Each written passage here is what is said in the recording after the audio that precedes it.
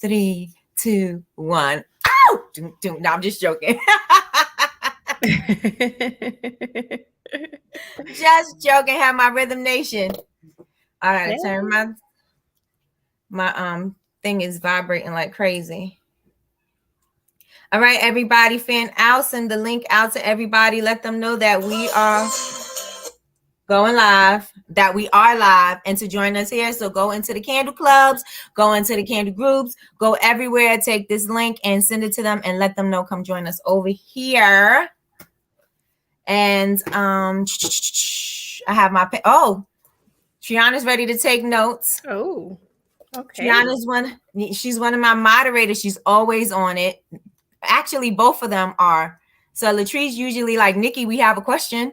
So I'm protected and covered. Yes, that's awesome. All right, just let me fan it out a little bit and let people know we out. No, we All right. all right. Everybody want to send a message now. I'm like, it's too late now. All right, we're live. All right. Okay. All right, so we're filling up the room. Hey, everybody. If you're in the room, say hello. Go on the chat. Also, make sure you copy the link. Go into all of your groups and let everybody know. Come join us over here.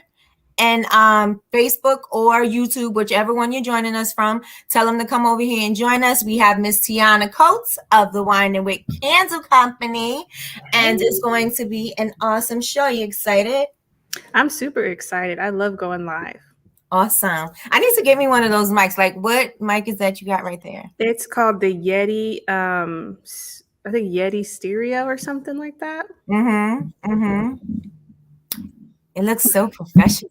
It's nice. I need one of those. I would really like. I need headphones and a mic, and then I'll be all ready to go. Yeah. All right. So we got Philly John in the house. Hey. We have Kate. Is that Kara? Rosetta's in the house. Who we have in the house, you guys? Don't forget, send out the link. Tell everybody come join us over here. Don't forget. Do not forget. All right. Oh, it's populating. Look what you know. I'm actually. I'll send it out again on my Instagram. Yes, the room is filling up pretty good. Yes, is filling up right now. So I just don't want to start talking and then we start repeating things because people missed the question or something they wanted to know about was answered, and you know what I mean. So I'll just give everybody a second to get in here and then we can get going. Samantha's in the house. Hey, Samantha. Guess I'll write that down since you didn't, Nikki. That's right. Write it down, Latrice. Write it down. All right. So everybody, I'm going to use my little sound. Let me turn my sounds up so I could. This is my first time using them on the sessions episode. I've never used it on the sessions episode. I've only used it on my own live stream. So it's going to be it's going to be fun. I'm going to send the link out on my page also. All right. We got Julie in the house. Hey, Julie. Hey, Alicia. I may. Let's see. I don't want to move. Okay. All right. I'm going to post to Instagram. All right. Y'all ready? Y'all ready for this show? This show is going to be so good. I'm so excited to have. I'm posting to my Instagram. Okay. I'm so excited to have Tiana on the show. I have been following you for quite a while.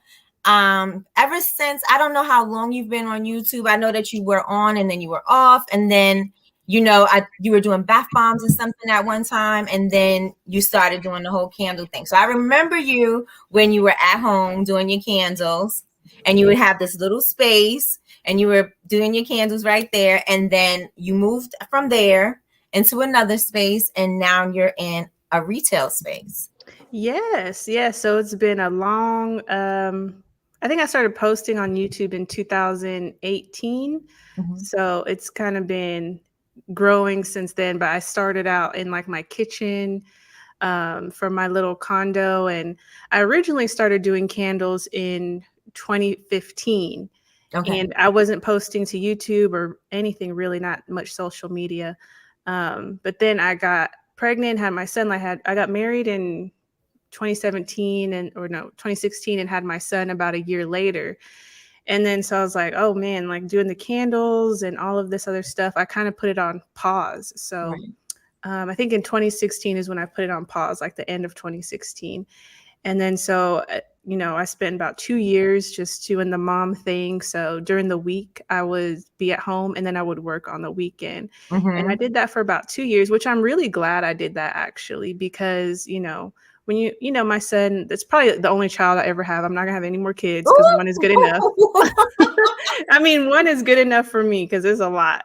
So I wanted to, really spend that time and make Mm-hmm. sure, I was, spending good quality time. So taking that 2 years off, I was really glad I did that.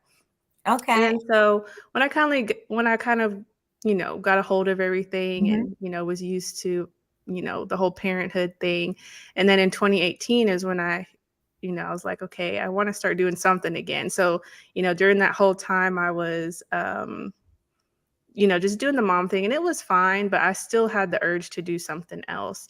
Right. So 2018 is when I decided to get back into the candles, and then I decided to do a YouTube channel because I kind of noticed that making candles was really popular, but there Mm-hmm. wasn't anyone on YouTube that was doing. Now there was one person, which was Stanley, which he's still very popular. Yeah. He was doing like how-to stuff. He was doing like Yes. how to do this, how to do that. I Mm-hmm. was like, well, he's doing that, but I'm really into vlogs. And I said, I really like vlogs. So I started doing vlogs, but about Mm-hmm. candles, and no one else was doing that at the time. Mm-hmm. And I saw kind of a place in the YouTube area for that. And Right. so I kind of jumped on that in 2018, along with starting my candle business, also like restarting it. Okay.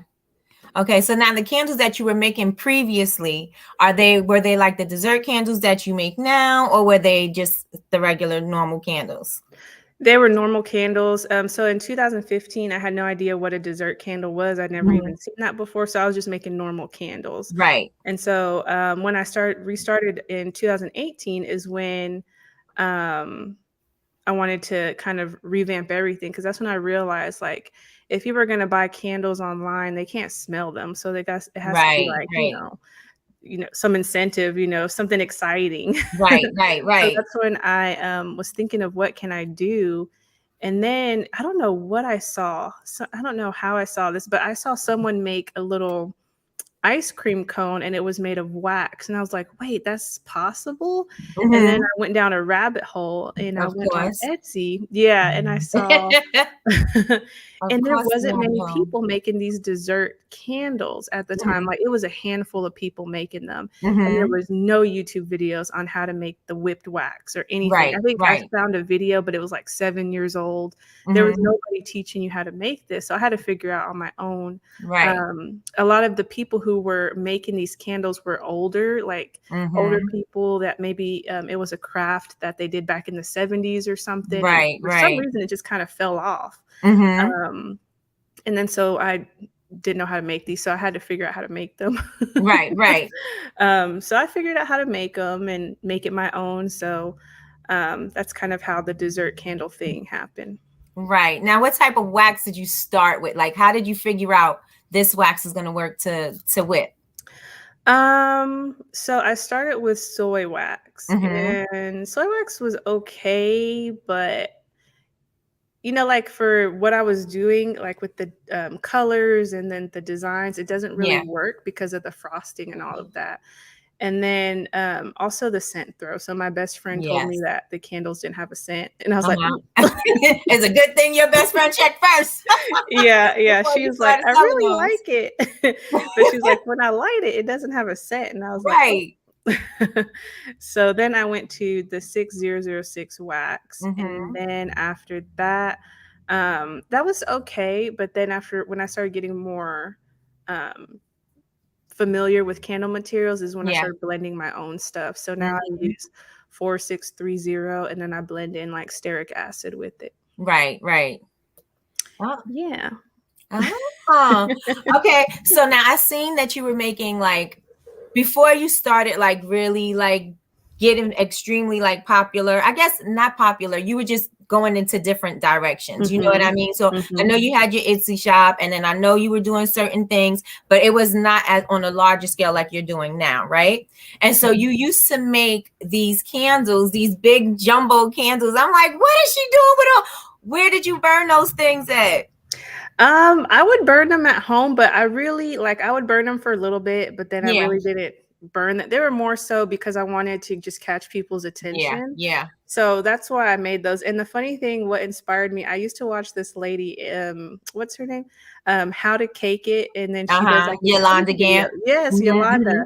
And I was like, oh, I love how she does that because she's Right. not eating all those cakes, but she's making them to catch people's Right, right, attention. and they're huge sometimes. Yeah, Yeah, yeah. and then she would make these things called mega cakes, and Mhm. then that's where I was like, "Oh, what if I did, like, mega candles?" And then Right. so, I started doing that, and I wish I could do it again, like, once I have more time, I might do it Mhm, again, but, mhm. that's pretty much it, and I really wouldn't burn them, it was just something to Right, do. right, exactly. Something for content. Yeah, exactly, yeah. Yes, definitely content. Because I know when it comes to content, you gotta do something that's gonna be like, "Okay, that's different." You know what I mean? Yeah, exactly, mhm. All right, okay. So now when did you know it was time to get out of the house? What was that moment like, "It's time to go"? So I started outgrowing, so I had the kitchen, and then we had this other side room that was this room we didn't really use, and so I Mhm, kinda moved into that, but then once it kind of got to where it was like, "Okay, there's a lot going on in here," then I found a little studio space. So I wanna say I don't know, um, why? I don't really don't know what possessed me to get the studio space. I Yeah. just think it was a space issue, and plus it was, like, a good price. It was, like, 500 bucks a month, Okay. and I was Yep. like, whenever I kind of and I what was going through my mind is like, "Okay, this is gonna be more content also, because if I move into the space, it's gonna be something fresh. I can make it look nice," because when you're, in my kitchen area, I couldn't really get like wide angles because it Right. was so small, so you could Mhm. only film the table. And so I thought in the studio space I could film more, it'll look more aesthetic on camera. So I Mhm. think that was one of the main reasons I decided to move out, just so it would look better when I was filming. Mhm. And then the space was nice too. So it was like 500 bucks a month, so it wasn't that bad to rent that space out. Mhm. And how were you that you were still working at this time? Oh, so I actually quit my job in 2019. Mhm. So, it was shortly I think I got that studio space shortly after quitting my job. I'm Mhm. pretty sure I got it, like, early 2020. I think that's when I got that studio space, Mhm. but I worked, from 2018 well, actually, I worked from 2016 or something all the way to 2019 because I was only working the weekends, and then I would Oh, stay at okay. home during the weekdays with my Mhm. son. So Mhm. it worked out because then my husband can stay he was at home during the weekend, and then I would go to work on the weekend. So Okay. I went to work, and then, I was able to grow my business during that week, Mhm. Mhm. that I would be home. And you were making candles with your son running around, or how how was it when you were home making candles? I always think about it, and I still do not know where I got that energy because I don't have the same energy that I used Right. to. Right. It was crazy because, like, my son, of course, he took more naps, when he was born, but as he got older, closer to 2, they're up longer, they're running and Yep. stuff. And they're touching everything. Yeah, and then Mhm.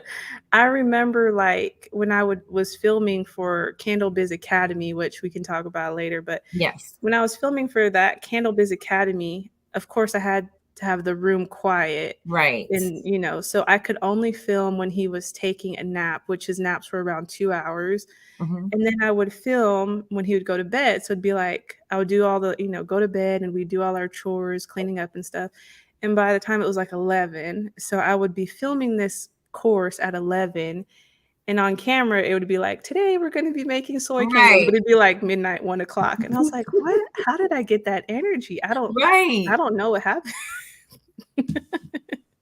You were on a mission. You had a passion. You were on a mission. I guess so. Right. So now is your husband full time with you, or is he still just in and out? Like I see him sometimes in the videos to help you. He helps sometimes, but he has his own thing. I don't know if he would ever want to do this full time. He likes, doing it, but he really likes his job. His job is he does like remodeling, construction kind Yeah. of stuff Yeah. with his brother-in-law. So it's kind of like a family thing they do. Mm-hmm. So he'll help me. Some days if I'm really busy, he'll take time off. Like he has the flexibility to take time off and help, but he really likes what he does. So he'll help every once in a while, but he's not full time with me or He's like, anything. you got that candle thing to yourself, No, girl. exactly.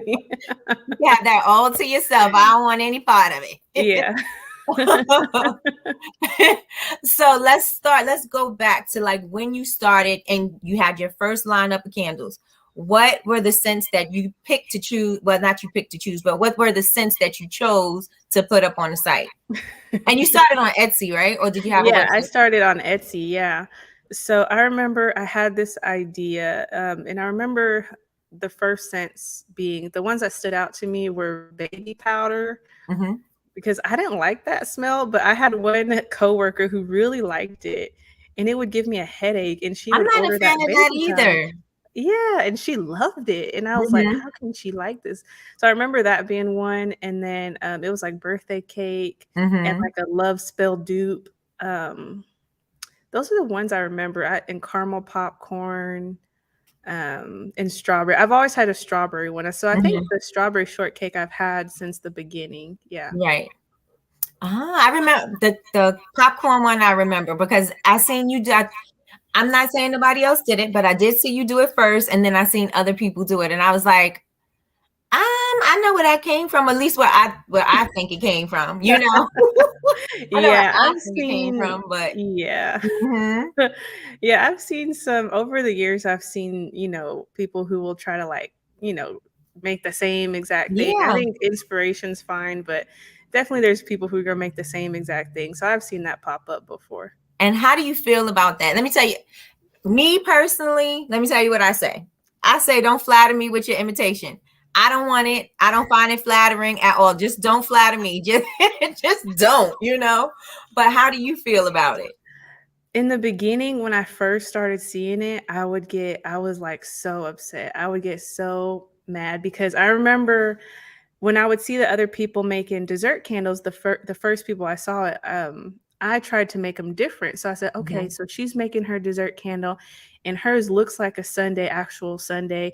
And I remember seeing the people who did the cereal bowl candles way back in the day. Like I think Right. the lady, her name is Candlelit, whatever. And I was like, Mm-hmm. oh, that's cool, but I'm not going to do what she did. But Right. so I remember making a Fruit Loop candle and I made it different than the way she made it. So I would always try, at least if I saw someone do it, I would try to put my own spin on it. And Right. for an example, this guy that I'm working with, he like an ad agency, I'm testing them out. And he wanted me to do the cereal bowl candle. And I refused to do that candle Right. because I know the people who are very popular for that. And then you just know how that goes. When you copy someone or you do something very similar, it's just going to end up in, I Right. did it first, blah, blah, blah. So It's I too refused. trendy. Yeah, I told the ad guy, I'm like, I'm not doing the cereal bowl candle.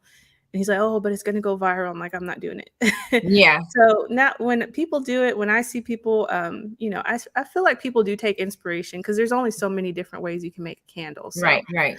but there's people who will copy like the labels and all of that. I'm like, okay. Right. It used to get to me, but nowadays I'm like, if someone's just going to copy you flat outright, it's just like, whatever, Right. because if they don't really have an original idea, they're not going to get very far anyway. So Right. And I say the same thing. Like if you're already copying up for somebody, wait, do you guys have feedback? Is there feedback? Because it might be me. I might need to put my headphones on. Oh, I don't hear any. No, you good? Okay. All right. Yeah. So like if you're copying, I feel like if people are copying off of you, right? how far, like, you want to just keep copying off of people? Like, when do you find your own inspiration? You know what I'm saying? Like, Exactly. if you keep copying, if this is where you started and your idea came from my idea, and so you have my idea, and that made you some money. So what's the next thing? You got to go look for somebody else's idea. You're going to copy another idea. Like, how do you, how do you move on? How do you create your own lane? Because you can't. Exactly. Mm-hmm. So I don't pay any attention. I used to, Google, not Google, but I would get on Etsy and I would type dessert candles, and then I would see all these pop up that looked very similar to what I was doing, and it would make me mad. I was like, "Oh man, what's going on here?" Right. But I don't Especially if ever they're do that. using if they're using your vessel, and you're like, nobody was using that. Like, what Mm, nobody was thinking about it. Now all of a sudden you want to use it. yeah, but I don't do that anymore. I haven't done that, and I don't have time anymore. So Right. if people are out there copying, it's like, you know. Yeah. But like, it's okay. Get inspired, because you're gonna need something else to inspire you. Just keep doing what you're doing. Yeah. Yep. Exactly. Let's welcome some people in the room. We have Felicia in the house. We have Patricia in the house from Smell of Love Candles. Quite a few people in the room has taken your course. So I think Patricia's taking your course. Kara's taking your course, she said. And there's a few other people in here that has taken it. Hey, Carmela. Yeah. Carmela's in the house. Philly John, Jazz, Yas, Sherelle, Michelle Andre. All right. Laura's in the house. Lapar LLC. Martinique's in the house. So, hey, everybody. Lavondria's in the house. Hello, hello, hello, everyone. Okay. So she said, yes, we love the Academy. Yes, I see some familiar pictures here, so I definitely see some familiar pictures. Mm-hmm, Yes, I was about to point out Smell of Love candles. That person's familiar. Hello. Oh, yes, that's little Alejandro. Alejandro is turning into a little man right now. Oh, Yes. yes, We we were love looking it. at him in his stories, and we were like, we were looking at you as a little boy when he first started. Now you can see maturity in his face. Like, he's growing up. Wow, it's amazing. And they were one of your students. Yes. Uh-huh. Yep. And then we have LaRonza. Hey, LaRonza. Hello. So tell me about your experience on Etsy. Like, because a lot of people in here, they want to know, is it worth it? Is it not? So what is your advice? Not what is your experience? And then we'll go with your advice. So, with Etsy, I started Etsy, in 2015, and it was very hard to get traction there because I didn't know what I was doing. Right. So a lot of my sales were just from friends and family, not much going on there. But then, what was it, in 2018, when I kind of like did this whole revamp and everything, I started learning more about keywords and search engine optimization. And I was like, oh, so I kind of dove into that. And then I remember just redoing everything. And that's when I started researching a niche and all of that, because I knew that that was going to also help when it came to keywords, and targeting like my audience and all of that. And so when I finally started implementing all that on Etsy, I was getting orders from people I didn't know. And I was like, Right. oh my gosh. And I Things are remember, changing. yeah. And I was like, wow. So now I'm really, tuned into like how Etsy works and the search engine and all that. And it is kind of hard to get started because Yeah. you have to kind of learn all of these different, I guess, techniques to get found Right. on Etsy. But I like Etsy for the fact that you can have no social media following. And if you know how to use Etsy, you can pretty much, make sales on there without having to worry about social media and while you're still building your following and all that. So that's one reason I really like Etsy. And I do Etsy workshops and all of that to teach people how to use Etsy.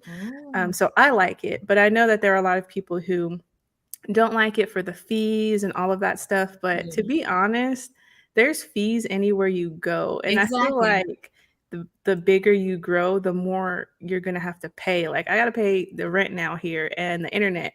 And, Etsy fees is nothing compared to like as you start growing, even when you Yeah. have your own Shopify store, you're going to have to pay for, like I told you, I paid an ad agency. So now Right. I'm working with the ad agency to bring more traffic to the Mm-hmm, Shopify mm-hmm. store. So I feel like anywhere you go, there's going to be fees. Right. And after using all these different platforms, Etsy fees aren't that bad. And even when you I don't think compare so them, either. yeah, even when you compare them to like Amazon, Mm-hmm, Amazon's fees are way higher than Etsy. mm-hmm. But I feel like it's kind of a trend, especially on TikTok. I notice a lot of people who are like, I can't believe Etsy takes so much money. And it's like, well, if you price your products right, Right, and and that's what I said. I said if you are, this is what I usually say is like if you get on Etsy, Etsy already has people that are looking for the thing that you have, right? Mhm. So you don't have to worry about finding people because they're there.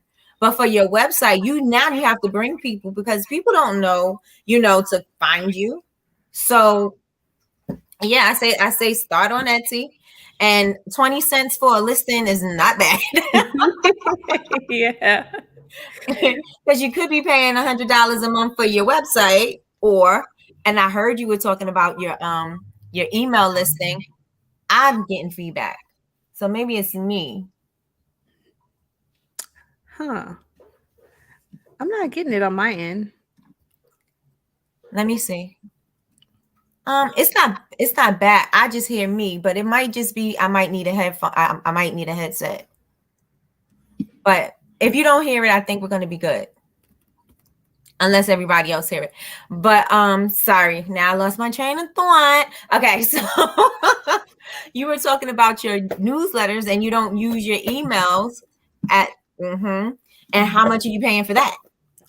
The email is like, it's like $170 a month Mm-hmm.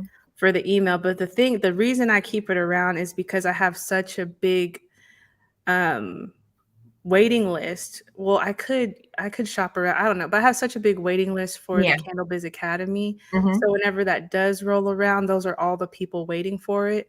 So and I need to get better using my emails. Like that's one thing that I'm so horrible at. I actually started a newsletter, which I sent my second newsletter out today, but I wanted to start a newsletter so I would get used to at least using my email, Right.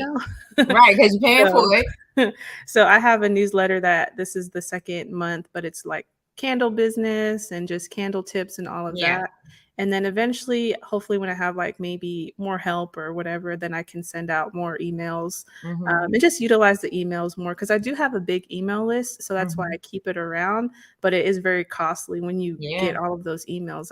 I didn't know you had to pay for emails. And then I remember when I had to graduate to a different tier, Oh, I it was hate like, that "Oh, you part. gotta pay," and I was like, "Whoa, what? I have to pay for emails? Or That's if you weird." want to pay per send or whatever, I'm like, no, no, no.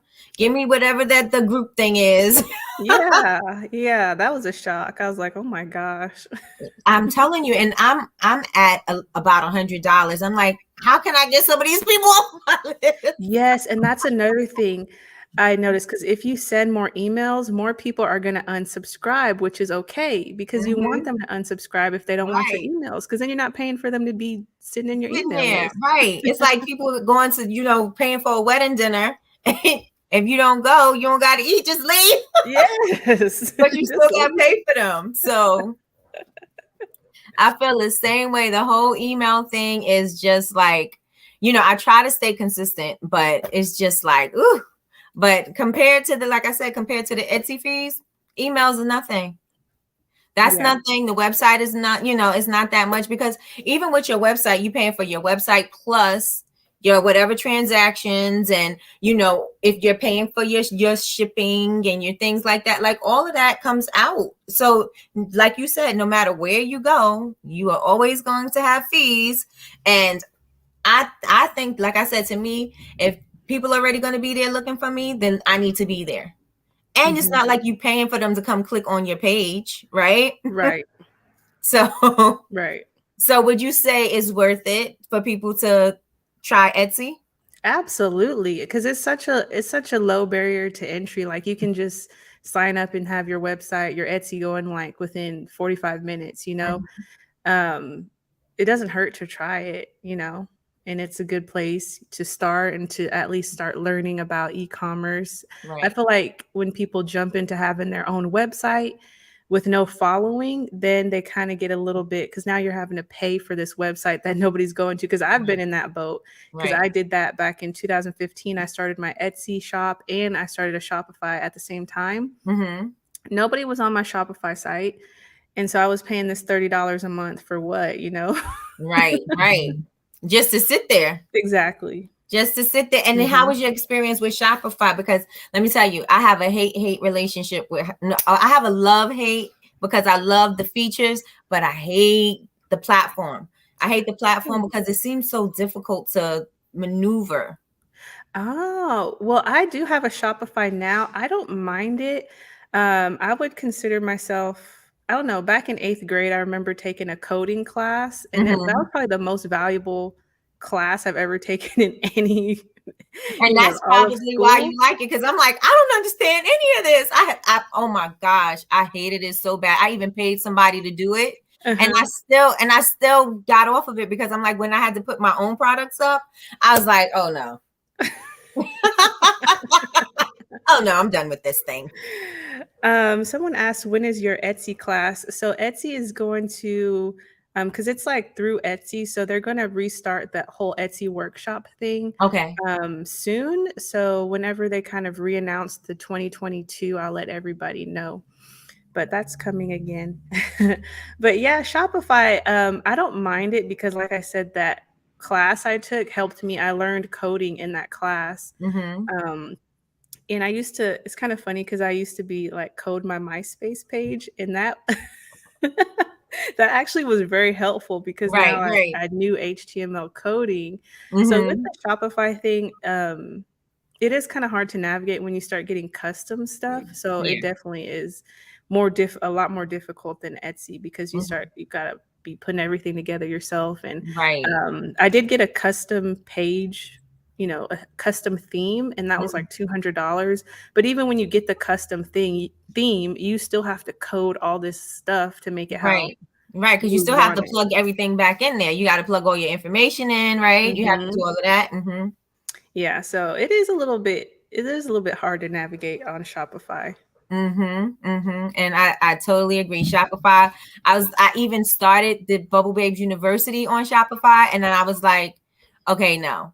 When I had to, at first I got it, and I was on the chat support the whole entire time. I was like, okay, I need to add this. Okay, I need to add this. I know they were like, Miss, could you please cut it out? Like, could you just do it?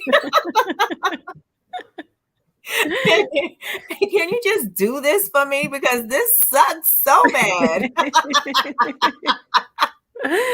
Oh, Samantha said MySpace. Yes, I used to be on MySpace coding. Like, it was embarrassing what I would do on there. Oh goodness. And Kara, Candlebiz Academy, that has been pushed back quite a few times because right now, like with all of the change and the getting the retail store and all of that, like I planned on doing Candlebiz Academy several months ago. Um, but then I kind of spontaneously got this retail store. I didn't know I was going to get a retail store, but then I was like, oh, okay. And then so that got pushed back. And then in November, I was contacted to write a book. And so then it got pushed back again because now I have a Right, deadline right. to write this book. So I'm hoping that I can film some videos this month. I'm really trying. Um, because I want Candlebiz Academy to come out like really soon within the next 45 days or so. But Mm-hmm. there's only a few things I want to change on there. It's not like I'm redoing everything. Right, But right, I filmed a lot of those videos in 2019, like I said, when my son was taking his nap. And it was just like, I learned so much more since then. And it's kind of, I want to right. refresh it, you know? Mm-hmm, mm-hmm, mm-hmm. Okay, so now let's talk about the course that you have. Hmm. Tell us all about the course, what people are going to learn. Like I said, some people are already students, but what can they get from this course that you have? Yeah, so the idea for the course came around. I noticed I did my market research, I guess they call it, and no one was doing a candle course. And I was like, is this for real? So I looked everywhere and no one was doing a candle business course. I saw candle making courses, but at the time there was no candle business courses. Right, right. And when I would film the YouTube videos, like all the comments would be questions. And no matter how many questions you answer. People still have questions. So that's when I came up with Candle Biz Academy. Mm-hmm. And Candle Biz Academy is like from the beginning. Like if you've never made a candle, you Right. can go on, you can join, and then you'll learn how to make a candle. So the candle um, module goes from never making a candle to making like, dessert candles. So you'll learn Mm-hmm. all the different techniques. And then after that, you learn how to start your brand, how to do Etsy search, how to pick a niche, how to do Shopify. Like you learn everything. So Mm-hmm. wholesale, how to sell on Amazon, and all of that stuff. So it takes you from the beginning all the way to having like multiple selling platforms. I've Mm-hmm. had some students have really good like stories, which makes me so happy. Right. They've gotten featured in, different magazines, and that makes me happy. And I've had some people even come to the store just to come talk. And I had one girl, she is based in Chicago, and she Mm-hmm. was here in Dallas on business, and she came to the store, and she was one of my students, and she Oh, talked about nice. all the stuff she's doing with her candles. So I'm really happy about it, and I just want it to be, I want to improve it before I kind of launch it again, because I've learned so much since then. So I want Right. to make Right. it really nice, the next time I launch it. So hopefully soon I can revamp it. Uh-huh. Oh, nice. Okay, so now they become a student and they come to your shop, and then do you show their work? Like how what do you do? Do you promote it? So that's something I probably can work on the next launch, on how to like promote different students. Sometimes I'll buy their stuff. Like I know I've connected with some students before, and Mm-hmm. I've bought like wholesale to sell in my shop. So maybe that's something I can work on, how I can kind of like promote people and kind of showcase their work a little better. So that's something I can do in the future too. Oh, nice. Okay, so Kara wants to know, not Kara, Triana wants to know when the book is coming out. Did you The finish it? book, the book, the first draft of the book is due next month, but the actual book is not going to come out till early next year. So it's Mm-hmm. going to be a while before it comes out. But it's like a candle making book, of course, with Is it a um, physical book or like an ebook? yeah, Physical? it's Oh, it's a nice. physical book. And the funny story about this book, so the publishers contacted me, I think in November, Mm-hmm. and originally the book was supposed to go to Candle Science, but I love Candle Science, and they actually turned down the book, and they said, "Can you ask Tiana to write the book?" And I was like, Mm-hmm. "What?" So Candle, it was supposed to be Candle Science book, but they actually suggested that I write the book, which was Nice. really nice of them. Like they have Yes. always been so just nice and supporting of like Mhm. creators and stuff. So I appreciate Candle Science for that. Yeah, that's amazing. Yeah.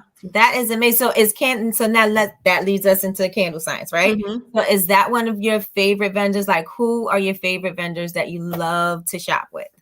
So I started with Candle Science because, of course, like when you Google, they just automatically pop up. Yeah, So yeah. a lot of my fragrances do come from them.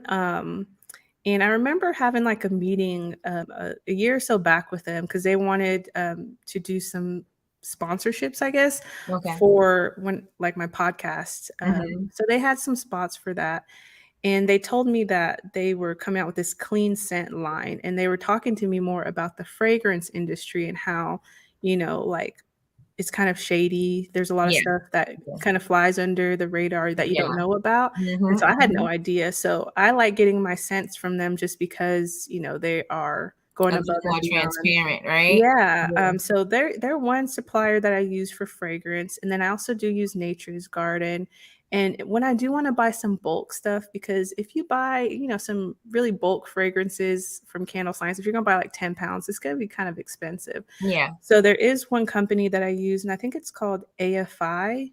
Hmm. Um, but they're really good for if you're gonna buy like 10, 20 pounds of a fragrance, it's a lot cheaper.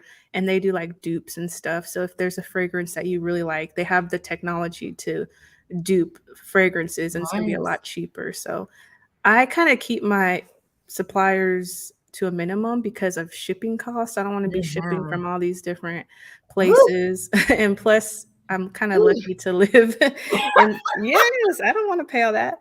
In the DFW, there's quite a few different candle suppliers here in the Okay. Dallas area. So I drive to Lone Star. That's right. Because yeah, I'm not paying all that.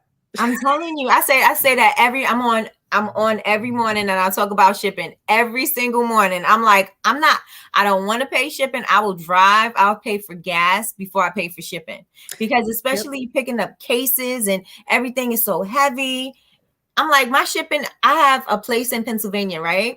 And so the shipping is already like $50 and sometimes more, right? So I'm like, I didn't even order a lot and my shipping is $50 and I'm in the same state and you're only like 2 hours away. Why No. am I paying so much? And then if you add like a couple of cases, your shipping is already like $150. I'm like, oh no.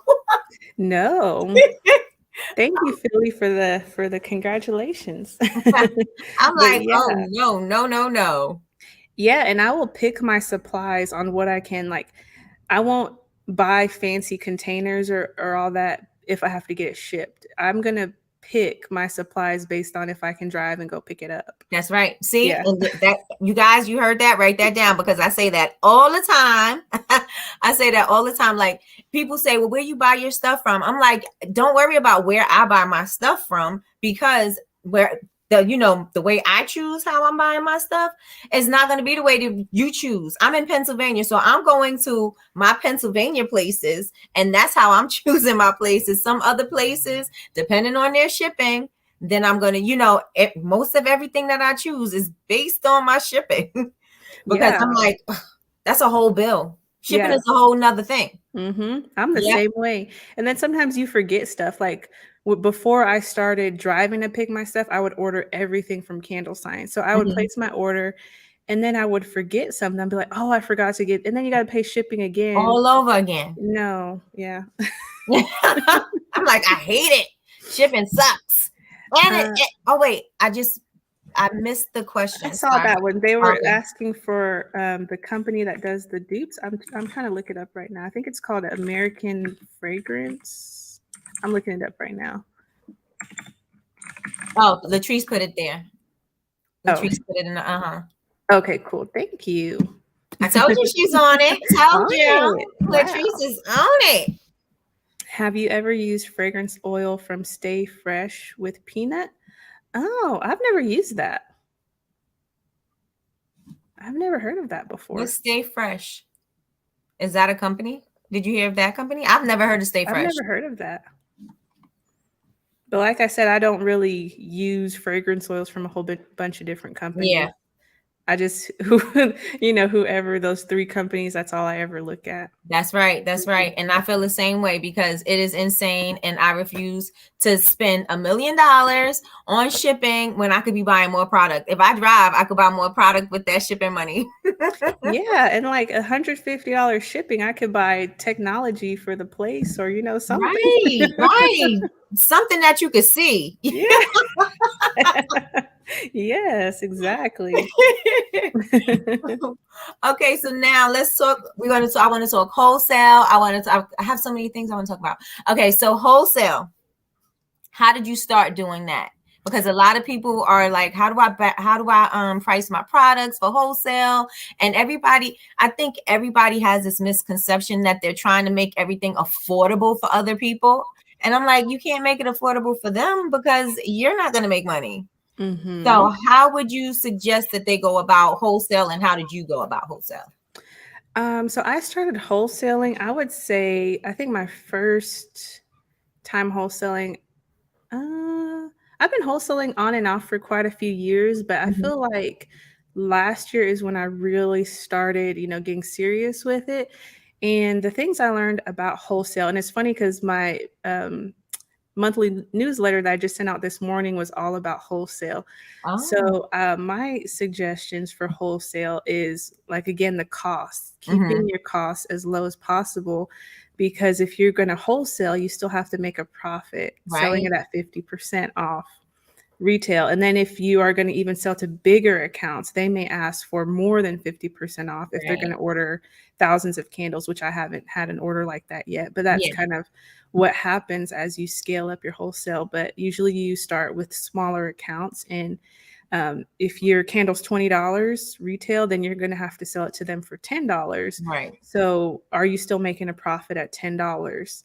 So that's the biggest thing about wholesale, is just keeping an eye on your costs. Mm-hmm. Um, so for me, I think, like product costs, if you can keep it $3 is kind of where I like to keep my product Right. costs, at, because when you wholesale, then you still have to, pay all your bills and stuff. You got to um, keep the electricity on so you can make more candles. yeah, so that's why I'm really into keeping, like, I don't get a whole bunch of, I used to get custom boxes, but Yeah. then, I downgraded to just plain white boxes, and I slap a Mm-hmm. sticker on it, That's right. and that's your custom box You have a because Cricut, right? You have, what do you have? A Cricut or a yeah, sword? Cricket, yeah. Right. Yeah. That's a Yeah, lifesaver. it is, because you can still make something look really nice and custom, but at such a Right. low cost. Right.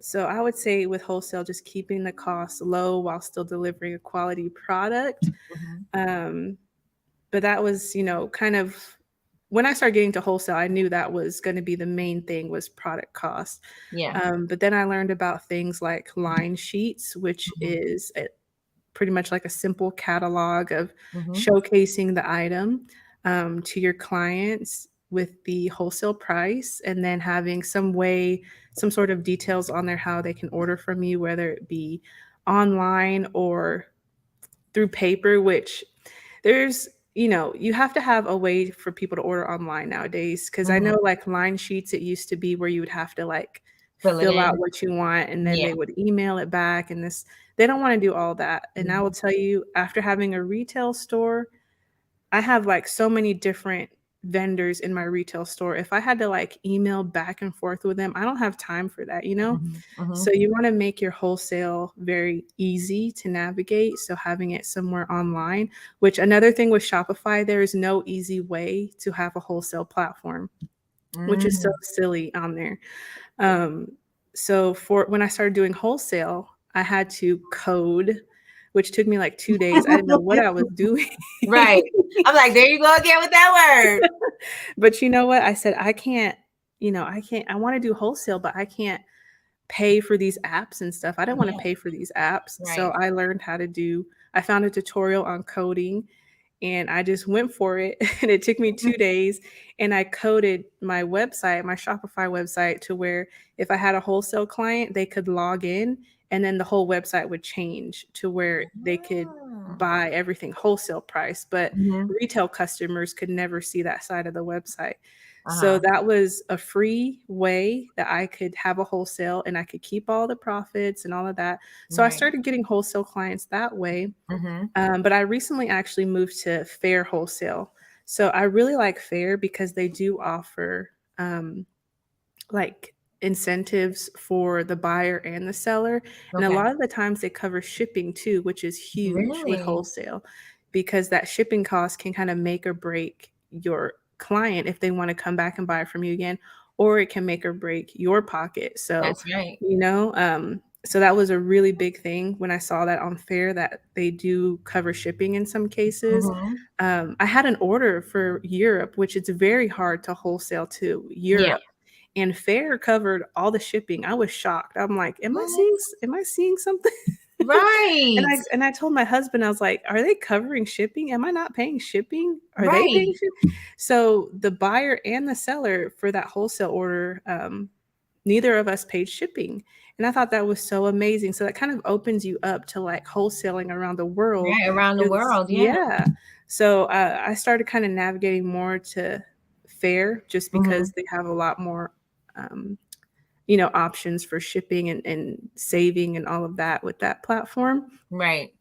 But yeah, having options, variety, a lot more requests for private label. Mm-hmm. So private label also. Another thing, when you start wholesaling, make it very clear to your clients what they can do with that product. So let's say if you're selling the same strawberry shortcake candle Mm-hmm. and they have Mm-hmm. an online boutique and you're selling online, well, are they going to sell it online for $19 while you're selling it for 20? So Right. you Try to kind of cut have you. to, yeah, you don't want them to undercut you. Yeah. Um, I think there was one case where I actually did turn down a big wholesale opportunity because they wanted to sell my candles to other Amazon resellers. So, Yeah, it was like they wanted to order thousands of candles, Yeah. and they were like, but we want to sell, we want to make sure our Amazon sellers can buy them. And I was like, well, I'm on Amazon. Right. And so there would be no way for me to control what these people could price the product. So Mm-hmm. even though at the time they were like, well, we want to buy thousands, in the long run, is it going to be worth it? So you Right. kind of have to make that clear with your clients what they can and can't do. Mm-hmm. They can't be just putting their labels on your stuff if you don't want them to. Um, Like, that's my candle, and it's going to be known everywhere on this earth. yeah, so I have a separate private label option for them, but they aren't Mhm. allowed to like take my decorative candles and put Right. the stickers on it and stuff like that.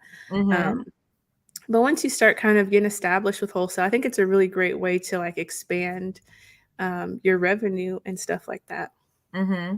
And so you said you love, this is on my goals list. I put fair. I wanted to be a fair seller. I'm not on fair, but I said, you know what, I want to really try it. Hmm. And I also watched you when you were saying, I ordered this and they have terms and it's so great. And I was like, oh, because when I had, oh, and I want to come back. I'm going to go back because Hmm. going back to the store, you had said there were videos about, people already having shops and things like that, but there was nowhere to really go to see how to set it up, what to do, where to go, who to, how do you get your permits and what's necessary for your shop.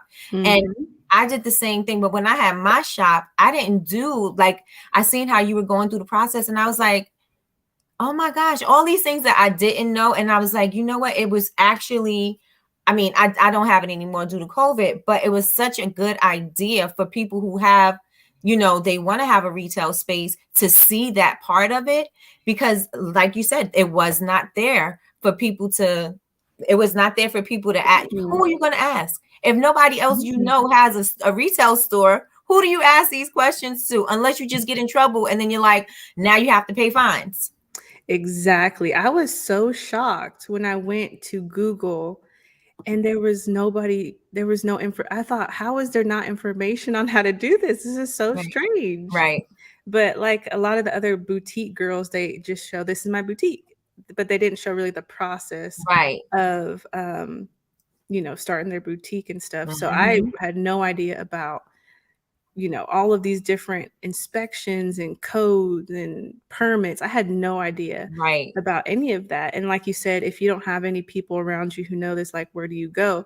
One of my followers suggested score.org. Like, Mm-hmm. Score has free mentors, and I had no idea. And Right. so I actually did start getting more involved with Score. And Mm-hmm. I talked with a mentor. So there are people that you can get free mentorship. So I Right. think that's a really great, because I didn't know about that before before, Mm-hmm. but that's a great way. If you don't have anybody in your life, you can get mentorship from people who have been there, done that, so you don't have to do all those expensive mistakes. I'm telling you. I'm telling you. I was like, when you said your sign and you was like, my sign is not here. I remember. I'm like, where do I get my sign from? Like, what am I doing? The first, I had two stores, but the first one I had put just a banner outside because it was just a space for me to get out the house and Hmm. to work from there. And then I moved to the other one and I'm like, oh, but it's in a plaza. So I need a sign. So I'm like, where do I go? Where am I supposed to buy a sign from? Hmm. Yes. Yeah. So it's like, let's see. How did you get your first wholesale client on Fair? The funny thing is, I've done a couple of like, here's my Fair link on my pages, but I haven't done heavy promotion on there. And Fair is honestly just like Etsy. It's I was a just about to ask platform. you, is it like Etsy for wholesale? Yeah, Mhm. exactly. Like all the people who have found me, um, just found me. I have never done anything to promote heavy on that. I think it's just a matter of having what somebody wants and then Yeah. having a appealing site. And as a buyer on Fair, so I've bought all of this stuff for my store. When I go on there, I never really, the things I look for is if they have a brand story, um, if I like the product, Hmm. and if they have some pictures, then I'm like, okay, cool. So that's how I buy my stuff. And some people didn't even have reviews, but if they Yeah. had a strong brand story, I was like, oh, okay, they seem pretty legit. They probably just joined on here. I'm gonna try it out. Mm-hmm. So I think Fair is really just, Etsy, but for wholesale. And of course, the people on there are going to be more serious about buying. Right. They're going to spend more money. So it's been going pretty good. A couple of things I noticed about Fair is your order minimum. So when I originally got onto Fair, I think I had my order minimum at 120. Mm-hmm. And I was getting some orders, but then a few weeks ago, I lowered it to 60 just to try it out. Like, okay, $60 order minimum. Yeah. I got more orders, but they were way over $60. They were Right. over $120. Right. So there's something about that order minimum. The lower you set it, I feel like you get more traction. Mm-hmm. And most people will spend more than $60 when they order Mm-hmm. from you. Oh, nice. So now that's what I'm gonna do. That's my next thing. I have it in my book Yes, to try to be on Fair and see how it works out for me and see. absolutely. And so everybody here, well, if anybody is in here ready to sell wholesale, put your ones or twos up in the air so we can see Yes. you want to do wholesale. If there's any wholesale questions, you better get them in now because yesterday's price is not today's price. You better get it in. You better get it in while Right? you gotta. And the thing with Fair, I noticed I applied with them 4 times and I got denied 3 times before they Really? finally approved me. So it was very hard for me to get approved on there. And I don't know why. They don't really have like, this is what you need to do or this is what we're looking for. You just send your application and then they either deny you or not. So I have no idea what the process is. That's just, you just got to reapply. Just Yeah. keep applying. So I had when I didn't know if there was a process. So I filled out all my stuff and then it was like, okay, you've been approved. I was like, what? Oh, you got approved on the first try? Yes. Wow. So I was like, what did I don't know what I did or how it happened, but yeah. And then I was like, okay, I'm gonna get on, and I never did. I'm still sitting here, like not on Fair yet. I found like when I finally got approved, I feel like the way to put your listings on was really different because you had Mm-hmm. to do like some spreadsheet thing, and that was kind Yeah. of intimidating. I was like, "What is going on?" But it took me a little bit to like figure it out. But once And I did, that's the thing that I was like, I looked at the spreadsheet and I'm like, what am I supposed to do with this? Oh my gosh. Can't you yes, just do it? that's how I was too. I'm like, "Oh no." It took me about a week to just muster up the time to tackle that Well, spreadsheet. then I don't feel so bad now because if I know that you had a problem. Yeah, that was kind of weird. I don't know why they did it that way. Yeah. I was like, I don't get this, but okay. Well, okay. But I still wasn't ready to put anything up there anyway. But yeah. But that was Martiniki. Her name's Martinique 757. She says she's already up on Fair. Okay, there you go. And Marlene, she wants to know, would you consider doing white label? I actually do that already. Is that the same as private label? I think so. Okay, yeah, I do that already on Fair. I do have a couple clients who do private label, but for them, I don't do dessert candles. I just do plain candles. Mm-hmm, mm-hmm. So just because, you know, it would just be It kind takes too of, much time. yeah, it takes time, and then it would Mhm. be kind of like confusing if we had similar candles, and they'd be like, "Isn't that Tiana's candles?" Right. You know what I I mean? remember what her candles look like, and I know this is her candle. It's very distinct looking. So I do Right. private label candles, and then I'll probably add like more vessels Mm-hmm. to that. I've had a client ask me if I have like different vessels, so that's something I'll look into doing Right, in right. the future. But that's a great way to kind of wholesale also, because some people don't Mm-hmm. want to make their candles, which I get. Right, right. But like the whole candle thing, how hard was the wicking and the vessels and the wax? How hard was that for you? Was it like a difficult journey? Yes, it was difficult. Like, okay, so doing the single pour candles is one thing, which was still difficult to Yeah, figure out the wick and all of that. And then when I decided to do the dessert candles, and like I said, there was no guidance on how to do that. And to yeah, this day, there still really isn't that much. Like, I feel like it's not as there's not much instruction on those dessert candles as like the single pour candles. well, I You know, like the, it like that. yeah. I like it just like that. Well, yeah, yeah. But I feel like I'm still discovering things with the dessert candles that's like, wow, this is crazy. Like Mhm. it's just a lot different, a lot more different than the single pour. Because trying to get those candles to burn very close to just a normal candle is Right. really hard to do. It's Mhm. very hard to do because sometimes it can, tunnel down the middle. And that was, I would say, my bigger challenge was with the dessert candles Mhm. because I wanted to make a dessert candle that burned like a normal candle. And it was very hard to figure out Yeah. because of the tunneling and it's burning too fast or the wicks going out and all of that. So it took me a Mhm. very long time to kind of change the recipe and change what I did over time to make it work. Mhm. Now, you had a candle that I think it's called Splish Splash. Mhm, It's something with the ducks. And mhm, at the time, that it was like my whole color scheme because I was like pink, blue, and yellow. And uh-huh. I was like, oh my gosh, why didn't I think of that? Oh, Why didn't I think of that? That's like my whole thing. Why didn't I think of put duck embeds in my thing? And I was like, that's my candle. that's funny. Yeah. How did you come up with that? How do you come up with your designs? I don't know. I just came up with it because I saw those. So the embeds, I get them from a lady. So she makes a lot of, I don't make a lot of my embeds anymore Mhm, because it mhm. takes more time. And like, if you were to pay an employee by the hour to make those versus I could pay her a set fee to make those, Yeah, you to know what get I the set. mean? Yeah, yeah, yeah. So she had those and I was like, oh, that looks cool. And I saw them. I was like, oh, what can I make around that? And so Mhm. that's kind of how I came up with that. But Oh. sometimes it'd be like, just different fragrances, and I'll think, just what crazy thing can I make Right. next? So I've done like ice cream sundae candles, which I'm kind of evolving that idea now. Mhm. Um, I just want to make like candles into an experience because I feel like when you walk into a lot of malls or whatever, like Bath and Body, you go in there and you just open it and smell the candle, And you you're know? ready, you're just expecting to get a cheap candle that smells good and might burn your house down. No.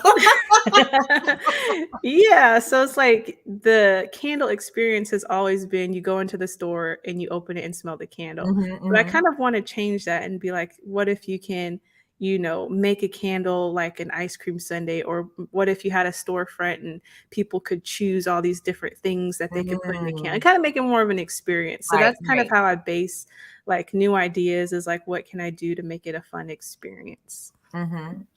So what things would you tell people? What three things would you tell people to, let's see, not avoid, but three tips that you would give, three, I guess advice, give them advice.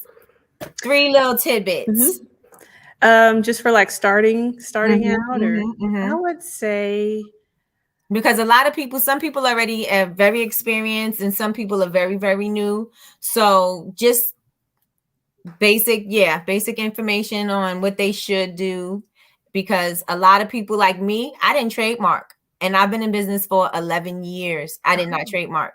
I thought I was just fine with my LLC mhm, till I heard a trademark attorney and she was speaking on the platform and then she started saying, if you want to protect your brand, you're going to need to protect your name because it's only going to be protected but for so long. You're protected in your state and you may, but if somebody else wants to use that name and they trademark it before you, then that's their name. So I'm like, what? mhm, So I had to do all the trademarking and everything. And that's it. I'm waiting for my trademark maybe 2 years because of mhm. COVID. But I mean, I was in business already for almost 10 years and I didn't get trademarked. So, Yeah. Yeah, that's one thing. I wouldn't have brought that up. I'm glad you brought that up. So I mhm, think once you start to get more established, at least when you feel like you're out of the hobby stage and you're like, yeah, okay, definitely look into trademark because it does take time. And like you, I started the trademark process like last year, so I'm still waiting. But okay. mine actually came about because someone was trying to use a name very similar. Mhm, And it was just crazy because the only reason I found out is because someone got us mixed up on Instagram. Okay. And I was like, this is not me. And then so I went and their name was like Winding Wick, whatever. It wasn't Winding Wick Candles, but it was Winding Wick something else. Mm-hmm. And so I messaged them on Facebook. I'm like, hey, this is my name. People are getting us confused. And she was like, oh, I knew that the name was taken. So I just changed the last bit. I was like, I don't think you're just allowed to change the Right. I last don't think you bit. could just do that. Yeah. And so, and it's just funny because she was arguing with me and her page was like, it said on there, godly Christian women candles. And I was like, girl, okay. And she was Where's arguing the with me. Christianity? Yeah, about that. And so that's when I was like, okay, I need to get this trademarked because so I started that process. So that is something to look at. And of course, you know, I would say another big thing is cost. I feel like this happens, I see this a lot with, you know, Candle Biz Academy and all that, but just keeping the costs as low as possible. Like you said, these shipping costs add up and they can really eat into your business. And I think that's the biggest thing I see is cost. Mm-hmm. Another tip is to not worry about going viral on social media. Don't make going viral your only form of marketing because it's just not sustainable and it's just going to burn you out. So there are definitely some other ways on how you can build a business without having to like heavily rely on social media. And like I said earlier, utilizing search engine optimization, finding out what people want and giving them what they're already looking for, so that they can just type you in to search and they're like, oh, I want that, without you having to do all this, you know, TikTok dance, you know. Right, because who wants to do all of that? Right. Like, I don't need to put on a show. Do I need to put on a show for you to buy my soap? This is soap. Yeah. We don't have to do all this song and dance if you don't want to. If you like that, that's one thing. But, you know, if you can still have your social media, but put more energy into figuring out how you can kind of build this long-term sustainable business. A lot of people do skip over like email lists and all that, which I know, like I said earlier, I don't use my emails, but the list is there. Right. If you need it, it's there. It's there. Building an email list is something that a lot of people don't do that you probably should be doing. Yes. But I think that's just my big goal is just to try to make a sustainable business, but not make it centered around being on social media. Like I know I post on YouTube and all that, but in 20 years, am I really going to be doing vlogs? You know what I mean? Right. So I'm trying to build a business where it's still going to grow without me having to constantly be on social media. Right. And there are ways to do that. So if you start tapping into those ways, I think it'll be a lot less stressful, because I feel like social media, trying to get on there is just so stressful because everybody's on there. There's so much noise on there. So it's really hard to be seen. Right. And then you're fighting. It's like, do you want to spend your time fighting to be seen, or do you want to just, you know, people just to find you? Like, what do you want to what do you want to do here? What's the actual end game here on this social media platform? Exactly. I mean, I like posting on social media. There's sometimes where I'll go a month without posting on YouTube. You know what I mean? Because I'm busy. But like I feel like with, you know, Amazon, that's another avenue that I'm hitting. Like Amazon, I've been getting more consistent sales there, and I don't promote that on social media. So there are ways to utilize things like Amazon. How are you going to like structure your listing? Because a lot of it has to do with how your listing is structured, so that people will buy the thing. So it's more so doing all the back end work. And when they type strawberry candle into Amazon, then you pop up. So to me, that effort is a lot more useful than singing and dancing on TikTok. I'm telling you, let the machine do the work. Let the machine do, because they're already going to do it. They're already putting the money into it. Let them do it. And then you just, you know, do your part. I totally agree with that. Yes. And someone asked, what are the costs of a trademark? So for me, I initially tried to do my trademark myself because I'm always... Me too. Did you lose money? Because I did. Yes. So I got to go back and hire somebody. So I don't know yet. Okay. I have a person. She's good. I'll send it to you. But Yeah. let me tell you, the first time I did my trademark, I didn't know what I was doing. And then they denied whatever. So I had to keep putting paperwork back and forth, back and forth, back and forth. And then I'm like, okay, and the last time it was like, this is the last notice. I'm like, well, what am I supposed to do? Contact this attorney and da da da da da. And I'm like, do I gotta pay an attorney? Like, it was just insane. And then I was like, all right, forget it. So it was like $300. It was something around that price. Yeah. So yeah, 300, right? And then I'm like, I really need somebody else, because I kept changing my words, but it was something about it. I think it probably, now that I have an attorney, I think it was the word bath that was in it, because I was able to trademark Bubble Babes, but bath I couldn't use as the word. Oh, yeah. Trademark is very, very specific. So you Mhm. probably should just hire someone. Yeah, yeah, yeah. So I was like, I don't know what I'm doing. I kept trying to change it. I'm like, what can I change it to?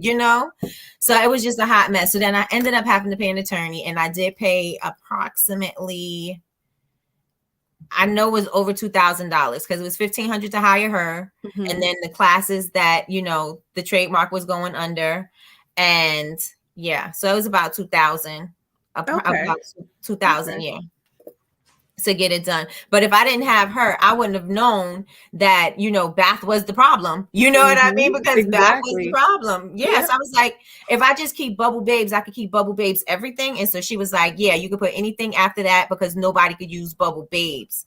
So I was like, oh, okay, Oh. good. But it was just too much. I was like, no, no, no. I'll never trademark anything by myself again. Yeah. Oh, we got some Kiamber. That's a familiar name. I think Kiamber just joined and she's in my class also. Oh, nice. So you guys, anybody in here, where you at? Where you at? If you have any questions for Tiana, let's hear them, because it's question and answer time. Yay. If there's anything you would like to know, and also, how is the Macy's thing that I seen that on your post? How's that going? Oh, that's cool. So that is actually on the 20th. It's gonna be my second Just time like, doing yeah. that with Macy's. So the first time was a couple months ago. So it's just kind of like a pop-up thing. It's Market by Macy's. So I think Macy's is kind of doing these more boutique style stores. So they do these events where they kind of like showcase different small businesses, and it kind of gives it that boutique vibe when you have small businesses present. So I think that's what they're getting at with their pop-up thing. But it's pretty nice. I enjoy going there. The lady who always contacts me, her name is Doris, and she's like the district manager or whatever, but she's cool. And they asked me to do some other things, but I was like busy. Yeah, So they've asked me to do a couple other events. So I'm finally going to do the Black History event, because I'm like, okay, I'm going to do this one. So yeah, I'm excited to do that one on the 20th. Okay.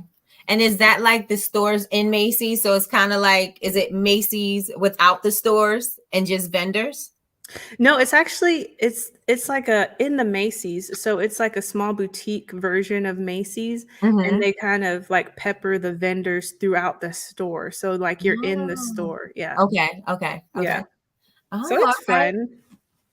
right. And do they put you like in specific areas? Like they don't just throw you in somewhere where like underwear. Like, I don't belong in underwear.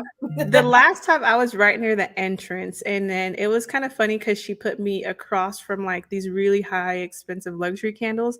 And then all of the workers throughout the day, the employees, they were like, they were buying my candles. They really liked them. And then I was asking them about those luxury candles. And I'm like, oh, we got those for opening day, but they didn't have a smell to it. And they were like $60 candles. And it was Like, kind you of should have had funny my best friend smell your candles. She would have told you they didn't smell.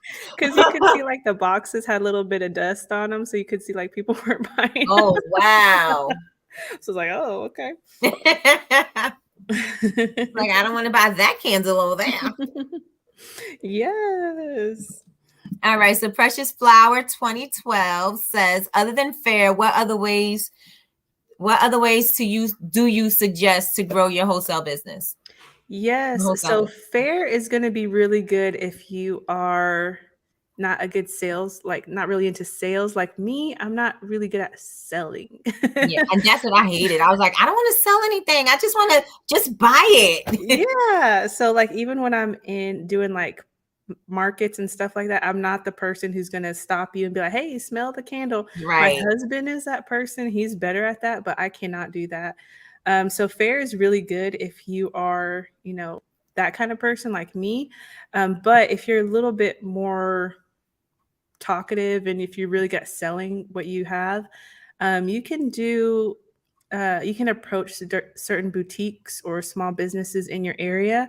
And if you're going to talk to like the owner of the store, you want to set up a meeting. So for instance, this happened to me last week. Someone was trying to sell me their bath salts in my store. Okay. um, but when you go in there, you want to, introduce yourself so you can hit up local businesses and then have your line sheet ready and just be, this is what I have to offer. And make sure to say, can we set up a meeting? Because if you try talking to them right then and there, they might be busy or something. So Right. it's better if you say, look, can I come back, next week or whatever to set up a meeting? So if you're really good at that, then that would be another way to grow your wholesale platform.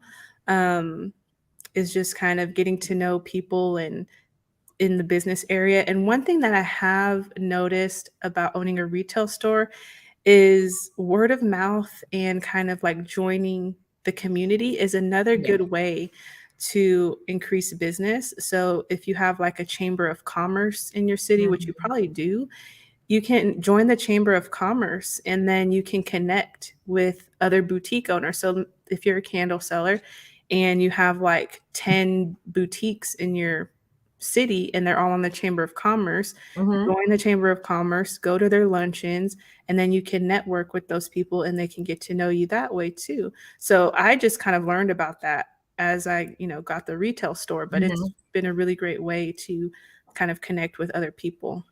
Yeah, and they like to have parties. Mhm. They love parties for anybody. I'm like, oh, Yes. okay. Samantha wants to know, can you tell us who do you use for insurance? So for insurance, I use Indie Business Network. Is that what you used to? Mm-hmm. Oh, the owner is Donna Maria, and she is very nice. Like I've been on her podcast. She has a podcast too. But Indie Business Network is great. They have product liability and general liability. And I think the thing about insurance is people get very confused because I was confused about product liability Right. insurance. Because a lot of the time you might just buy general liability and think that, oh, that You're covers covered. everything. So Mm-hmm. that was, my case when I first started. But then I learned about product liability and then expanding on different wholesale platforms. For instance, I am on this one platform called range.me. I haven't gotten any big sales there yet, but Yeah. that's the platform where Target shops. That's the platform where Albertson shops. That's the platform where the big retailers shop. Mm-hmm. And to get on that platform, before you even get approved, you have to have product liability insurance. Okay. So if Target, for whatever reason, buys your product, they're not going to put you on the shelves without product Right, liability. right, right, So it's just something to have right out the gate.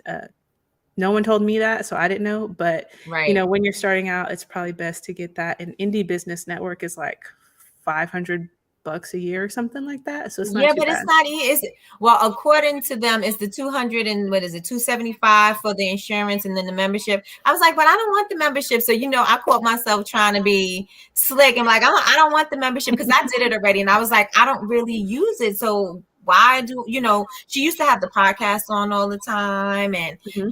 it used to be a lot of stuff, and I'm like, but I don't even use it anymore. So why do I need both? I just want the insurance, right? Mhm. I'm calling around all over the place trying to get insurance. Insurance is way higher than what she's selling it for. I was Yep. like, even with the membership, they're still higher. Other people are still higher. Yeah, so I think a lot of people get turned off by the membership because I've had Yeah. some students tell me like, "Well, I don't want the membership." I don't use the membership either. But I think I'm not for sure, but one of my students pointed out that it might be like a group policy, Yeah. so that's why it's so cheap. So I think that's what makes it so much more Oh, affordable it than other is. insurance. Yeah. Mm-hmm. Because I tried calling what is it? Not RLI. Who they go through, and they was like, it costs. I was like, There's like, maybe you should just go through Indie Business Network. I was like, are you serious? You're like, I'll do that. Okay. Right. Thanks for the suggestion. But I ended up going with Indie because they take care of, some places only do wax. You could do wax melts, or you can do anything that is not a candle. But then some places did candles, but you can't do bath and body products. I was like, the only place that kind of did everything was Indie Business Network. Yep, so that's why. Yeah. Yep. Someone asked, how did I get into Macy's? I think it was Tiana. How did you get into Macy's? So that question, Macy's, actually, they found me. And I would say a lot of companies do like find me through my YouTube channel. So that's one reason I do like posting to YouTube. YouTube does not pay me a lot of money. Like, honestly, I probably make like $300 a month off of YouTube. I don't make a lot off there. But I like posting to YouTube because of the way it's like a search engine. So when you Google whatever, sometimes my videos pop up. So if you Google candles or, my videos will pop up, and it makes it a lot more visible to the bigger companies. So that's how a lot of the bigger companies find me, is through YouTube. So that's one reason I still post on there. And plus I like posting YouTube videos, but yeah, it was through my YouTube channel. Oh yeah, YouTube. When they sent me a message, there's like, we're about to monetize, or do you want to monetize? I was like, you know how long I've been on YouTube trying to monetize this channel, and they would never give me the money. I would never be able to get paid from YouTube ever. Everybody's talking about these big paydays they were having, and not me. I was like, really? Yes. Wow. So you still haven't monetized your No, channel? now I'm monetized. Oh, okay. It came to me this time. But when I was trying, I've been on YouTube for, Martiniki, how long I've been on YouTube? How old is my son? Like 16 years. Oh, wow. I've been on YouTube. No, let's say, yeah, I want to say 16. My son is 20. Wow. So I was on YouTube for a very long time, like I was in the makeup community, and that's when, in the beginning, before everybody started doing makeup, it wasn't a big thing, right? Yeah. And so I was trying to monetize then, and they were not giving it to me. Only certain people were able to get it. Like, what's her name? I forgot her name, but she was able to do it. What was her name? Is it Michelle? Michelle Phan? Yes. Yeah. Oh, okay. And she was like one of the first of us that started to monetize. And I was like, how come I can't monetize? I think back then it was different too, because I used to watch YouTube back then. But I think back then it was different on how you got into their whatever, their monetization platform or something like that. I was like, can I get in? Like, what are we waiting on? Like, let me in. Let me in this club. Right? Something else. Right? So Camber wants to know, are you still doing Pop Live? Oh, so Pop Shop Live. That is something that I need to do more of, is live. I find that I really like Pop Shop Live. So if you guys aren't familiar with Pop Shop Live, it's a fairly new platform. And it's almost like QVC on your phone. And I've done it a few times, and it's really cool. So I got invited to be on Pop Shop Live. And honestly, I think I was the first candle person on there, because I remember searching candles. Like, once I got on the app, I searched candles and I couldn't find any other candle people. I don't know about now. I think there's a couple more. But you pretty much just get on there and sell your stuff live. And then it's really easy because they can like buy from, like, imagine an Instagram live, but you can click a button right on the live and buy. So that's kind of what Pop Shop. Yeah, that's kind of what Pop Shop is. So I'm still on there, but I don't do lives as consistent as I would like. Do you have to bring the people there, or the people are already there? They're already there. And the crazy thing is, my very first Pop Shop live, I got on live and people were joining, and I had never gone on live before, which is kind of weird. Imagine if I had 0 followers on YouTube and I went on live, no one would watch it. Right. So for me to get on Pop Shop on my first thing and people were joining was crazy. And a lot of the people had never seen me before. So that was telling me that there's people on this platform that, they just like to shop. So it's dedicated to shopping. and they bought stuff. I think my first live was like, I think it was like $400, and I was on for an hour or something. I was like, oh, Nice. okay. Right? So Especially since you didn't have any people on there anyway. yeah, and I think Wait. some of my followers did join, but I think majority of the people were just on the app. Like, Yeah. and whenever you do get on Pop Shop, you'll see that sometimes there's only like 1 to 2 people live, so there's not Mhm. many choices. But it's a really great thing to try if you're used to going live. The Mhm. technology can be a little bit like take some getting used to on Okay. making it flow and putting Yeah. all the things on the screen, but it's a really cool app. I should do it more often. Nice. So now that you let us right into apps, so what are your favorite apps to use for business? My favorite apps, I'll say apps. What do I like to use?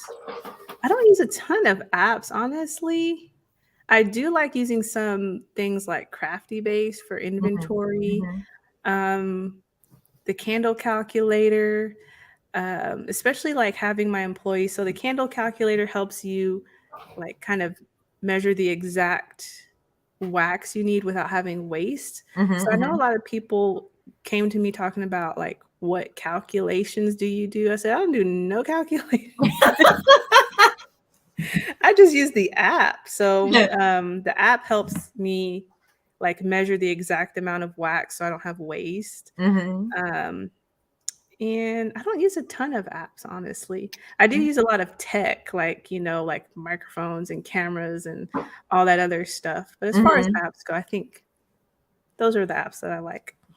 Okay. And so we have Kimber. That's right, girl. Get them questions in, honey. She said, "Do you still use QuickBooks?" I have gone back to using QuickBooks. So in what year is it? 2021. What What you? year is it? I do not know since the pandemic. It's all I'm a telling you, blur. everything is a blur. I don't know the days of the week. I have to check myself. Sometimes I'm writing 21. I'm like, oh my Yeah. gosh. So in 2021, I used bench accounting because heard so many YouTubers talk about bench accounting. Yeah. So I decided to use it. It cost me $2,000. And I thought, oh, I'm going to have this awesome accounting service. It wasn't that great, to be honest, and I thought QuickBooks was a lot easier to Right. operate than Right. Bench, and even though Bench is, like, real people, it still was a lot of back and forth, and it was Yeah. very time consuming, so I am going back to QuickBooks this year. It's Hmm. way cheaper, and it's a lot easier I to deal agree. with.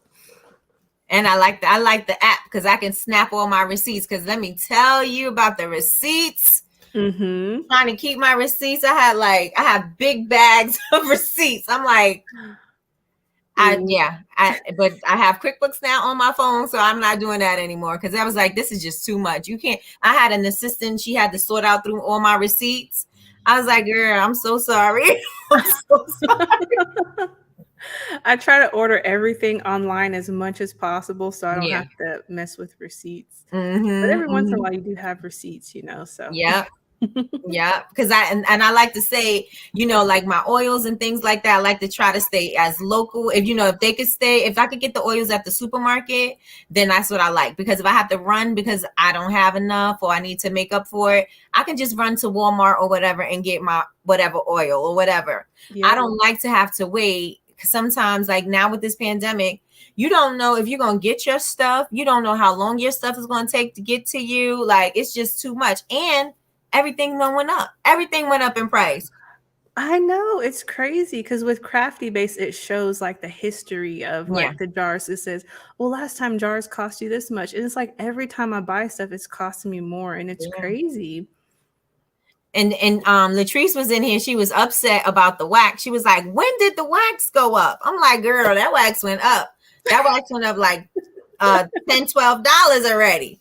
Yeah. And I'm actually thinking of coming out with a even less expensive candle line that's going to give me more profit margins because like it's just going to be plain wax, plain, and I'm just going to call it, an Just wax. inexpensive candle. Yeah. You said I'm just So gonna call it inexpensive candle. not call it that, but you know what I mean? Because everything's going up. So if I come out with a variety of just like really inexpensive, Right. $12 candles that cost me $1 to put together. It's going to Right. give me more profit margin. And I'll still have the dessert candles, but stuff like Like a that. feature. Yeah. Yeah. Let me tell you, I had purchased some citric acid 2021. Citric acid was $55 a bag. You know how much citric acid is now? It Mm-mm. is $200 a bag. That's ridiculous. $200 a bag. And What? in the place where I got my citric acid from, it was 145. So they're still the cheapest, but anywhere else you go, the bag of a bag of a 50-pound bag is $200.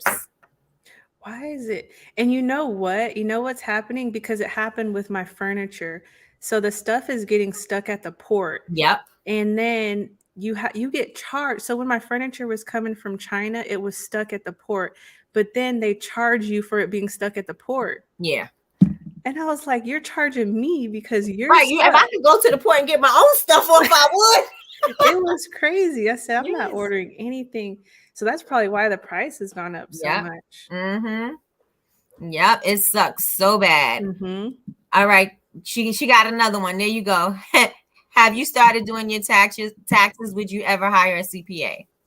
So I did my inventory at the beginning of the year. I counted everything. All my inventory is done and logged into Crafty Base. And then honestly, I do my own taxes. I took an online course from Janet LeBlanc, which she was in my course, and we Mm-hmm. did like a whole little live stream.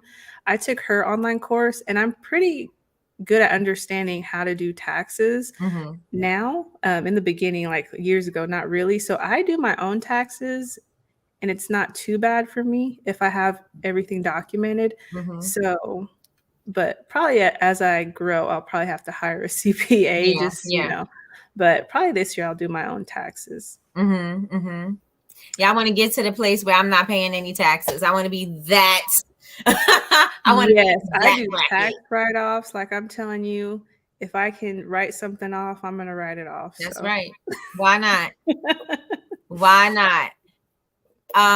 Philly John want to know, are either of you ordering from Ali? And this is the problem. That's the China. That's the China problem. yes. So that's where I got my retail furniture. So I found this great manufacturer, and working with the manufacturer was great. They were quick, responsive, very professional. And I was very happy with that. And then when it finally got to shipping, that's the problem. Mm-hmm. So right now, shipping is just ridiculous. So I did have to hire because my shipment was like 10 cubic feet, I don't know. And it was a really big shipment of 20 crates, I think. Okay. I had to Your hire furniture came in 20 crates? huh? 20 crates for your furniture? Yeah, it was like 20 big crates, and it Okay. was a really big shipment. So I had to hire a broker, I think, Yeah. to oversee the shipment. So that was a whole process. There was a lot of paperwork involved. Once you start having to do all that, they're going to have all sorts of customs paperwork, all Yeah. sorts of things you have to sign. Another funny thing about that is um, I guess I had forgot to file franchise tax because I'm an LLC. So the year before, I somehow forgot. Mm-hmm. And even though I didn't owe franchise tax, you still have to file it. Yeah. And that actually prevented my stuff from getting here even faster, because when you're getting all your stuff in from overseas, Yeah. you have to be in good standing with your state. So because I had forgot to just file a zero taxes, I wasn't in good standing. So I had to pay like $50 and fill out this paperwork with my state. So that I could be in good standing to even receive the shipment. So that was something I didn't know. So you can't Yeah. owe any taxes. If you're trying to get stuff from China, you have to make sure your business is in a Oh good my standing. gosh. Yeah, and it was very expensive. Like the whole situation, I'm never doing it again. Right. It But saved you money when you initially got it, but it costs more. Yeah. it cost more once it got here. And while it was overseas, they kept just throwing charges at you. They're like, oh, we have this charge, we have this charge. And if you don't pay, then you don't get your stuff. So then you just kind of lose out on the whole thing. So that was a crazy experience. Oh, that's It's insanity. too much. That is insanity. So we have Nicole in the house from Black Candle Makers Club. Have you ever signed up for the Candle Makers Club? No, I haven't. You have to I sign have up there. to. They're on the Facebook. They have the Facebook group. They are Oh, at about where you're at now. They had 10,000. They just hit this week. okay. I see. I don't get on Facebook, so that's the thing. I'll sign up, but I probably won't be on Well, there. they just opened up a university, a website. So they have a Oh, website where they have courses and things like that now. So okay. yes, Yeah, I'll get on that then. But with Facebook, I've never been in any candle Facebook group or anything. you don't like Facebook. I'm not a Facebook person. So what are your social media platforms that you like? So I did got to be Instagram, YouTube. I like YouTube. I'm kind of fading in and out with Instagram. I don't get Mhm. on there that often. Anytime I get on there, it's just reposted TikToks. Oh, Every once in a while I'll post on there, but Instagram, I'm not on there too much anymore. I do like getting on TikTok. mhm. Um, I have my little thing over there and then YouTube. So if it was up to me, I probably wouldn't even, if it wasn't for this business, I probably wouldn't even be on social media. I really am not a big social media person. I don't have Mhm. personal social media, but I get on it just because I have to get on it because it's for my It helps business. business, right? But yeah, that's what I like to get on. Oh, okay, okay. All right. So last thing, any words that you would like to give anybody for success? I would say it's definitely a long-term thing. It's not an overnight get rich quick thing. So if you're starting a business, you got to be in it for the long run. Right, right. Um, don't be ashamed to still be working part time because I did that, Mm-hmm. and I would still do it to this day. If I had to do DoorDash to pay my rent, I would do that. You know I what I know mean? that's right. To this day, I would still do it. So it's and reinvesting your money. If you want to grow your business, you got to keep reinvesting. You don't want to be out here buying Teslas and stuff like that when you could be reinvesting. But yeah, and just be innovative you know, um, and just reach out to your audience and create content and be consistent. So Mm-hmm. that's what I think. Just do it. Just over the long term, you will start to see more and more people engage with what you have to offer if you stay Right, right, consistent and don't get discouraged when no one's checking out your stuff within the first few months. It's kind of a long term right. thing. And that's so true because everybody now they seeing the success off of social media platforms. Everybody think it's supposed to just happen like this. I'm like, it does not happen like that. Hmm. Everybody don't pop at the same time. You just may not be the thing right now. You gotta wait your turn. But if you stand consistent, you stand in front of people, at least you doing the work. If you don't do the work, you're now further behind. Exactly. Mhm. Exactly. You just move your own self back. You don't need no help doing that. All Oh, so people are right. saying I really need to join the Black Candle Makers Club. So I'll definitely look at that. I'll Yes. definitely get on that. Nicole send you her link, right? Nicole? Oh, okay. Yeah, Nicole's in the room, so she'll be able to send you the link. But Okay. it's a really good, it's a wonderful community. Everybody's there. It's like a lot of the Facebook groups that everybody like hates and or they're still your stuff. And I used to post all the time because I'm thinking it's a good thing. And then you see people copying your stuff, and I'm like, dude, you didn't even change the straw. Like it's the same exact thing. Wow. Yes, I was like, I don't do that anymore. But in their group is very inspired. This is the only group that I will go to, and I'll check every day. Every other group I don't, but their group is very good. It's inspiring. It's a great community. It's a sisterhood, a brotherhood. It's beautiful. Yay. But that I just gave you a plug. Look at that. Look at the plug. No, look Well, at I'll the definitely plug. join that group then. All right, so tell everybody they pretty much know where to find you, but let everybody know what you got. Oh, you told me they have a coupon code. So the coupon code and also how to find you. The coupon code is Winding Wick 10 for 10% off of anything in the online store. And you can find me on YouTube, Tiana Coates, and Instagram, TikTok, Whining with Candles. So yeah, I'd love to chat, and if you ever have any questions, feel free to reach out. It may take me a while to get back to you. Sometimes it takes me a while to answer emails, but I try to get back to people when they have questions and all that. So thank you for having me on today. Thank you so much for being here. Everybody appreciates it. I know you gave us some nice gems that people can use for wholesale, for retail. Like they got your whole kind of course. Yeah, that's the whole thing Right? right there. Were you taking notes? Right? Hope you took notes because she's not saying it. She's not repeating it. Because yesterday's price is not today's price. All right, you guys. So good night. Thank you again, Tiana. You are so amazing. I'm such a fan and I love you. Thank you, thank you, thank you. And I hope you have an amazing night. Thank you. Bye, everybody. Bye, everybody.